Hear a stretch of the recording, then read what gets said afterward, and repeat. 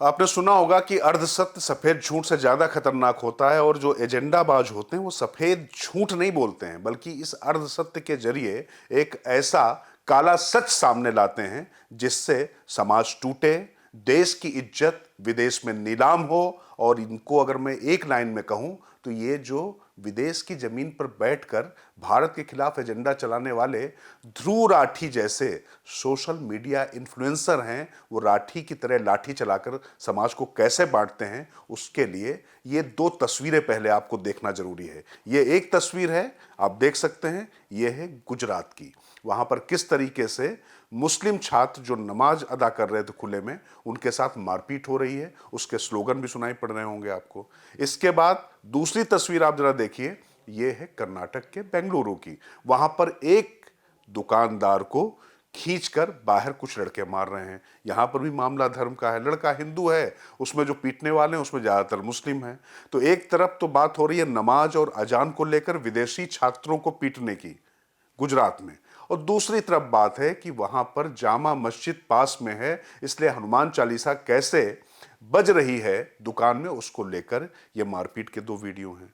दोनों वीडियो के जो खबरें हैं उसके ट्रीटमेंट में कितना अंतर है। नमस्कार, मैं हूं राजकिशोर। बुलंद भारत टीवी के डिजिटल प्लेटफॉर्म पर आपको इन दोनों तस्वीरों के साथ में इस एजेंडा और एजेंडेबाजों की हकीकत आपके सामने लाना जरूरी है, क्योंकि गुजरात में जो हुआ वो निश्चित रूप से दुर्भाग्यपूर्ण है। वहां पर ए ब्लॉक, जो जहां पर ए ब्लॉक है गुजरात में, अहमदाबाद यूनिवर्सिटी है, अहमदाबाद में गुजरात यूनिवर्सिटी है, वहां पर खुले में नमाज अदा कर रहे हैं। देखिए एक दीवार है, दीवार पे कुछ उर्दू में लिखा हुआ है, एक खुले में लड़के नमाज अदा कर रहे हैं। उसके बाद ये तस्वीरें वायरल की जाती हैं, कैसे एबीवीपी के कार्यकर्ता आके मोटरसाइकिल तोड़ रहे हैं और मारपीट कर रहे हैं। और ऊपर से आप देखिए कुछ लोग चिल्ला भी रहे हैं। जो स्टूडेंट्स हैं विदेश के हैं, वो अफगानिस्तान के स्टूडेंट बताए जा रहे हैं, और ये देखिए तोड़ रहे हैं, और ऊपर से वो पूरा वीडियो बना रहे हैं, और नीचे नारेबाजी चल रही है और तोड़फोड़ चल रही है।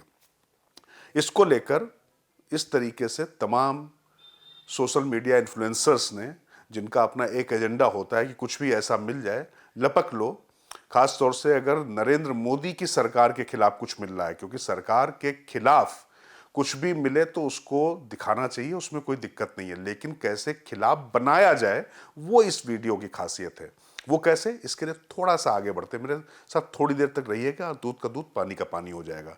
ये तो आपने देख लिया, सब हो गया, लेकिन जरा ये तस्वीर आप देखिए, ये वीडियो देखिए, क्योंकि ये देखिए, ये एबीवीपी के कार्यकर्ता सिक्योरिटी गार्ड से कह रहे हैं कि ये खुले में नमाज क्यों पढ़ रहे हैं। कोई नमाज, कोई मस्जिद और कोई जगह नहीं है जहां अंदर कर सकते हैं। अब ये एबीवीपी के कार्यकर्ता को क्या हक था, नहीं था, इस पे बात हो सकती है। वो वहां अंदर कैसे पहुंचा, इस पर बात हो सकती है। यह विश्वविद्यालय प्रशासन की असफलता हो सकती है, प्रदेश और वहां का स्थानीय प्रशासन, उसकी असफलता हो सकती है। लेकिन जरा देखिए, ये जो विदेशी छात्र है अफगानिस्तान का आया, ये आया और गुस्से में उठा और आके इसने एक चांटा रसीद कर दिया। इसके बाद बवाल होता है, वहां से पीछे पहले समझाया जा रहा है, बातचीत हो रही है। उन जो इबादत कर रहे लोग, उनसे कोई बातचीत नहीं हो रही है। वो सिक्योरिटी गार्ड से बात कर रहा था कि यहां पर क्यों हो रहे हैं। लेकिन उसके बाद ये सारा घटनाक्रम होता है, जो घटनाक्रम होता है उसके बाद निश्चित तौर पे विदेशी छात्रों का मामला था। विदेश मंत्रालय सक्रिय होता है, तुरंत बयान आता है कि कार्रवाई होगी और एफआईआर वगैरह होती है। अहमदाबाद पुलिस की तरफ से भी इस बारे में पूरी बयानबाजी आती, सब कुछ था। लेकिन तब तक भाई साहब हिंदुस्तान में सब कुछ खराब हो चुका होता है। हिंदुस्तान में जो है पूरी तरीके से असहिष्णु माहौल हो चुका होता है।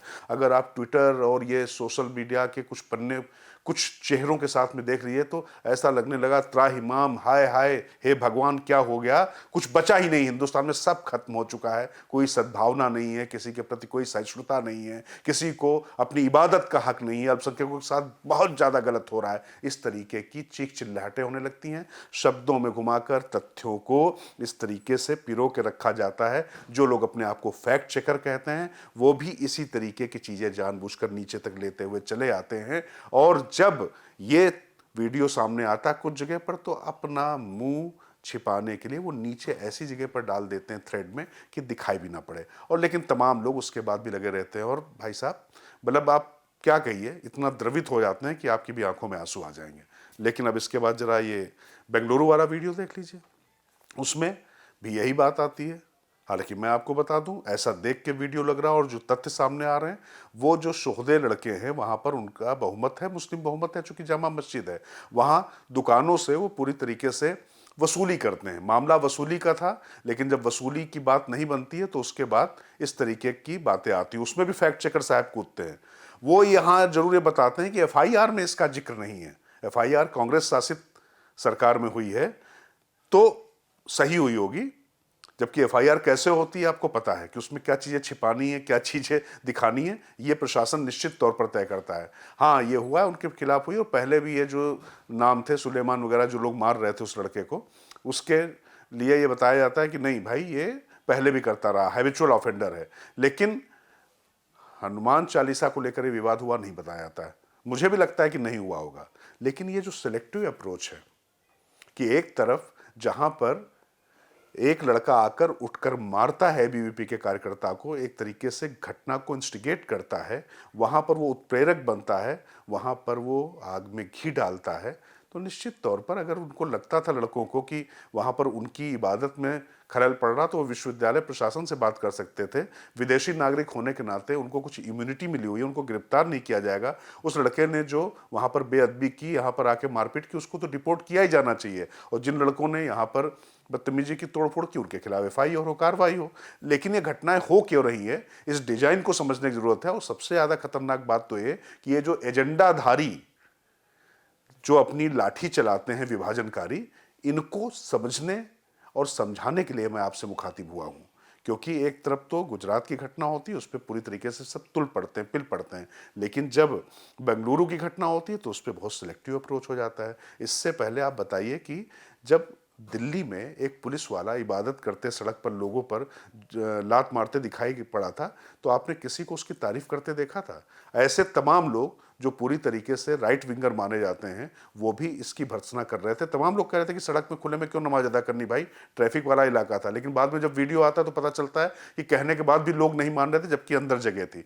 तो ये अप्रोच जो है, इसको मुझे लगता है कि बिना किसी को भड़काए हुए और बिना किसी को नीचा दिखाए हुए इसको सेटल करने की जरूरत है, चाहे इस पक्ष की हो या उस पक्ष की हो। लेकिन ये जो भारत की भूमि पर रहकर या भारत के बाहर रहकर भारत को पूरी तरीके से नीचा दिखाकर अपनी दुकान चला रहे हैं, इनको देखने और समझने की जरूरत है। इस पर मैं निश्चित तौर पर आपसे बात करता रहूंगा बुलंद भारत टीवी पर। अभी दीजिए मुझे आज्ञा, फिर होगी मुलाकात। ऐसे ही वीडियो देखने के लिए आप प्लीज हमें लाइक करें, सब्सक्राइब करें, और अपने जो आपके विचार हैं उस पर प्लीज कमेंट बॉक्स में डालें, जिससे हम अपने आप को और परिमार्जित कर सकें और आपके लिए बेहतर कर सकें। और हमें कुछ कमियां होंगी तो हम उसको निश्चित तौर पर सुधारेंगे भी।